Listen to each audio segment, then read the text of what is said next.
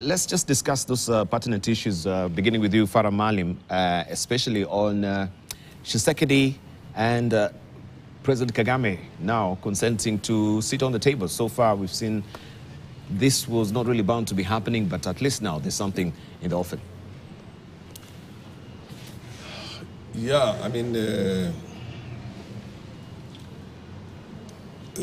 everything has a genesis, everything has a history.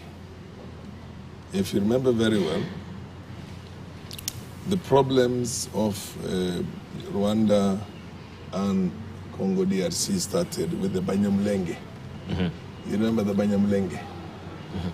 The Banyamulenge were that small minority that was in some parts of Eastern Congo, and Mobutu Sese Seko said, you can move to Rwanda or you move to Burundi, those other countries, but you can, you know, that's where you originally came from. I don't know if you remember, there's somebody who was called Karaha. At the time when the late, the one who overthrew Mobutu, what was his name? His name, his son was also a president later. Joseph Kabila. Kabila. Yes. Roro Kabila. Yeah, Loro Kabila. When Loro Kabila was there. And that's where the problem started. And all those people who were responsible for the genocide of close to 1 million people ended up also going into DRC Congo. So Kagame had a reason to micromanage a lot of the activities that were happening in Eastern Congo because it was purely an existential issue itself. That's where the problem started. That's where the genocide of close to 1 million of his own people, or more than 1 million actually, was mooted in terms of the beginning of where the problem started, by Mobutu Seko saying, you might as well go. And it's important. I mean, every country is going to look at its own strategic interest.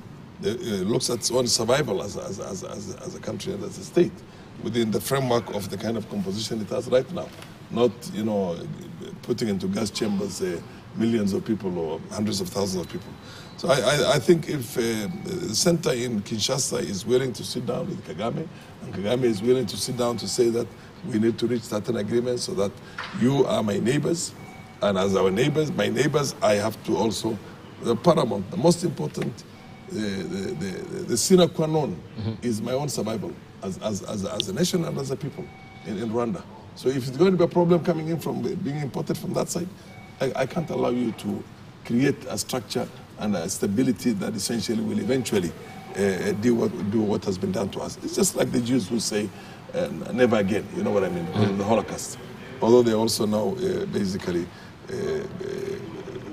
they're also administering a Holocaust on people in Gaza. A new Holocaust, Jewish, what they call Zionist Holocaust. Anyway, so to that I agree with that. To the extent which there is a stalemate in Sudan, yes, there's a stalemate in Sudan. And this stalemate in Sudan was created. The West is fully responsible for it, destroying the center that was there at that time and creating all this RSF and all that. And with the people, they use the Emirates and other countries as their, what do they call them? The bogeymen. To do all the dirty job for them. So if Egypt is going to get involved right now, I actually expected Egypt. Egypt is one of the biggest disappointments in the continent. Egypt, with its own might, should have been able to intervene in certain areas and maintain certain stability in some of those countries. And I think they did not. They chose not to intervene because the Emirates are very powerful, and Emirates are specialized in making one failed state after the other. Iraq, you know what I mean, Syria, Yemen, Somalia to some extent, where they're still involved in Libya, you know what I mean. One Arab country after the other is essentially what they're doing for the Americans. It's a small errand boys for the Western or so-called American hegemony. So if they woke up from their own slumber right now, the masses of Sudan, 90%, 80% of them are fully with Burhan. Thank you. And see Hemeti as just an agent of a foreign agent. So to that extent, I think they will be doing something good for themselves. Because who knows, they will be the next one. If they can do what they did to Yemen, although thanks to the Iranians moved into Yemen and destroyed all that nonsense the Americans with their Saudi and Emirates and the rest of them are doing, and brought in. Now Houthis are people you cannot mess around with, and the center is already holding there. And I wish we could have had something similar to that happening in Libya those early days, before they killed one of our own African heroes, Gaddafi. If Egypt thinks that it can do something in Sudan, I think so be it. Right. Otherwise, if they don't do that, if they don't act up, rest assured they'll be the next one to be made a failed state. All right. Briefly, also, let's hear from Professor Kagwanja. Well, in this forum, we said at the beginning, when President Uhuru Kenyatta began mediating the Congolese issue, yes, and we had what we call the Nairobi process, we said that this is basically merry-go-round. It is not getting us anywhere, because the real negotiations needed to involve Kagame, yes. And we now must say it also needs to involve Yoweri Museveni of Uganda. Yes, agreed. And to a very, very great extent, it will have to bring in the two countries of Burundi and Rwanda. And Rwanda, yes. And Uganda. Yeah. So it's a classic Great Lakes dialogue that we need. So the focusing on M23, focusing on mediating between M23 and Tshisekedi was a waste of time. And I think they wasted Kenyatta's time, they wasted everybody's time. I think they have now started being serious. And why are they serious? They are serious because the South Africans are no nonsense, and the SADC forces are no nonsense. They are not law, they're not peacekeeping. They are literally securing the region, and therefore they are enforcing the law, which means that M23 is going to be basically facing a multinational force from Southern Africa. Why? Because the Eastern African force went there to keep peace. And to keep peace, it meant that it is not doing anything about M23, and it is also incapacitated by the fact that we need to keep a friendship and the cordial relationship within the East African community. Therefore, nothing was moving. So the game changer in this particular case is the entry of SADC forces. And two, the re-election of Kabila, of Tshisekedi, not only to replace Kabila, but the second term has come on the back of the anti-M23 campaign. That's one of the cards that Kabila played in order to win comfortably. Is basically an us versus them. And them means the Rwandese. Yes. And M23, I think, is Rwandese. The Tutsi Bahima, and the rest of us who are Congolese. And that card has basically made that area even more dangerous. So in short, we have begun to see some positive movement, and I think it is a congratulation on the part of President Kagame to realize that the writing is on the wall, that this region cannot be peaceful until there is a Rwandese-Congolese dialogue. And that is what the region needs. But we need now to bring Uganda in, because Uganda is our key player as a neighbor.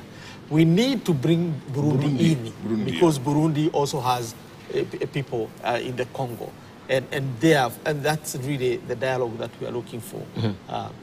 So, Professor Mashara Munene, we have the issue of SADC going full steam ahead, also to steamroll and finance this particular operation in DRC, despite the fact that we have protestations from Rwandan President Paul Kagame. So they're sliding him off. They're saying we're continuing with operations despite the fact that he's raised hesitation with these particular troops on the ground. Well, they were invited by Tshisekedi. That's why they are there. And they were not invited by Kagame, so they don't care about Kagame. So they don't give a hoot. So once they agreed to their mission, and what Tshisekedi wants is someone to deal with M23 effectively.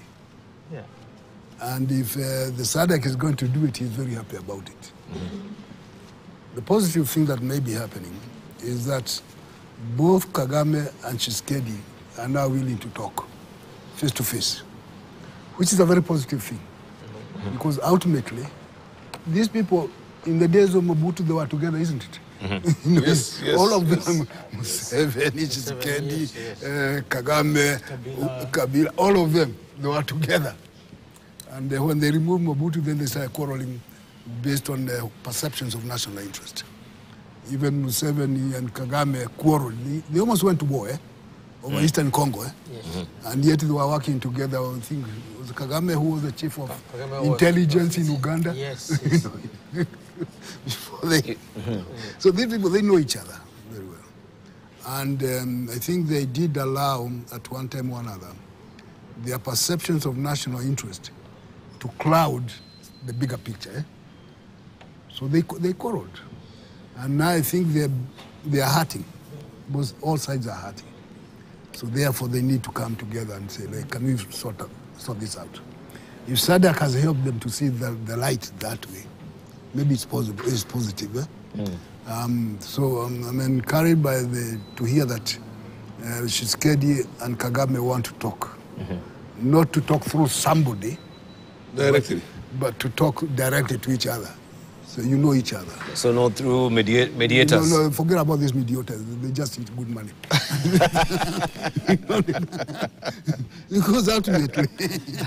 So all those efforts that we've seen from good jobs. Former President Uhuru Kenyatta... no, these are good jobs. Just, yeah. They're good jobs. They're just good jobs. No. Let's hear from Dr. Kent. No, I quite agree with what Professor Machari and Professor Kawanja are saying. But let me add, probably be the devil's advocate here and say I just wish that Museveni this time, Kagame this time round is genuine as opposed to buying time. I just hope. Because we have seen some kind of pattern. It's opposed to the deployment of SADC forces in DRC. And the problem in DRC is partially tied to Kagame's survival in some ways in Kigali.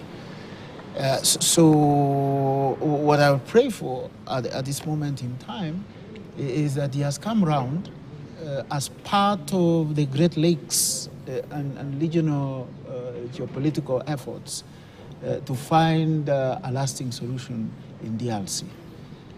But knowing how things have been, I'll still remain very cautious in beginning to celebrate too early. All right, let's get our closing remarks. Lastly, we'll begin with you, Farah, briefly, moving forward. What do you envision for the East African community with the latest development as well? I can see, maybe just to get also a one-liner, looking at The Economist, if my director may just pick it up briefly, this is what they show. We saw last week, they call it the Super Tuesday, how it went down, and it seems they are off. That is what they're saying here. They are off. What could have panned America's election? And you can see where they're trying to tread now, it's very slippery with the banana skin so far.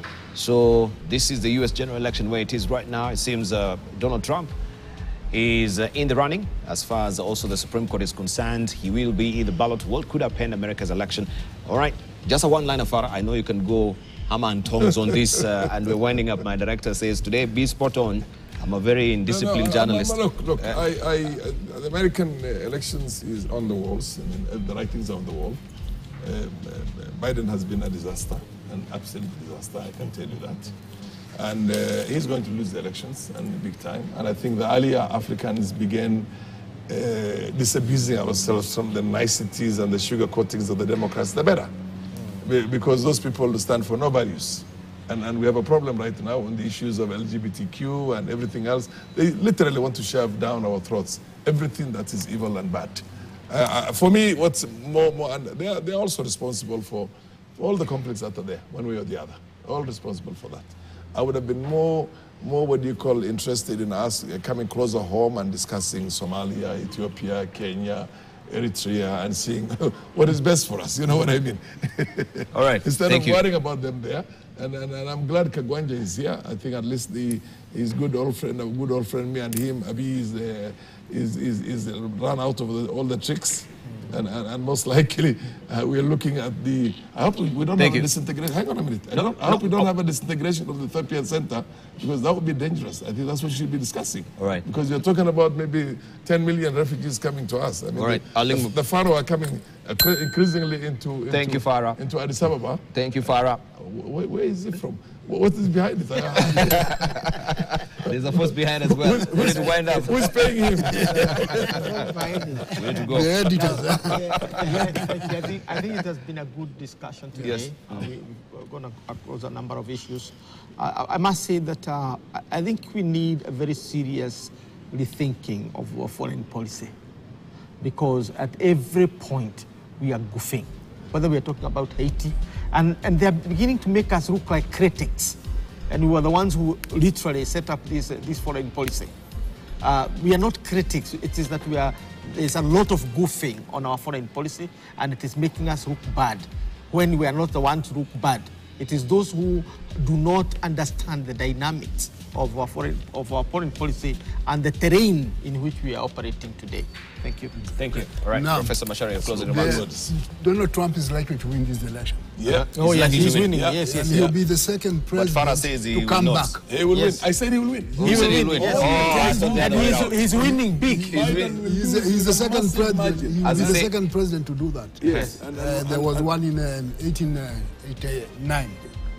Come back, president. Yes. A comeback Robert president. Cleveland. Yes. And there's an election in Russia Yes. over the weekend. Yes, yes, indeed. More than 100 million voters. And 100 million voters. Yeah, Yes. in Russia, yes. and Putin is winning big time. And Putin is winning as expected.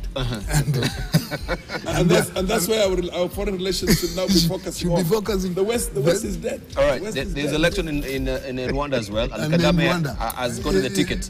He's going to win. Well, But that's what he's doing. That's what he's doing. No, for the record, he said he will not run for another election. In fact, Well, he if he said changes his mind, his people still have he it. said he will be a journalist. No, Kagame. Kagame has, together with Museveni, they have something going for them. Yeah. The Rwandese and the Ugandans do not necessarily want these people out. Yeah. Because They want they want them in there because they are saviors. Stability. All right. They Thank you. save them from chaos. Thank you, Macharia. All right, Kenambongi, finally. Two things, Dibal. One, Mheshimiwa says Biden was a disaster. I see if that's the case, then it's a disaster going to be replaced probably by another one.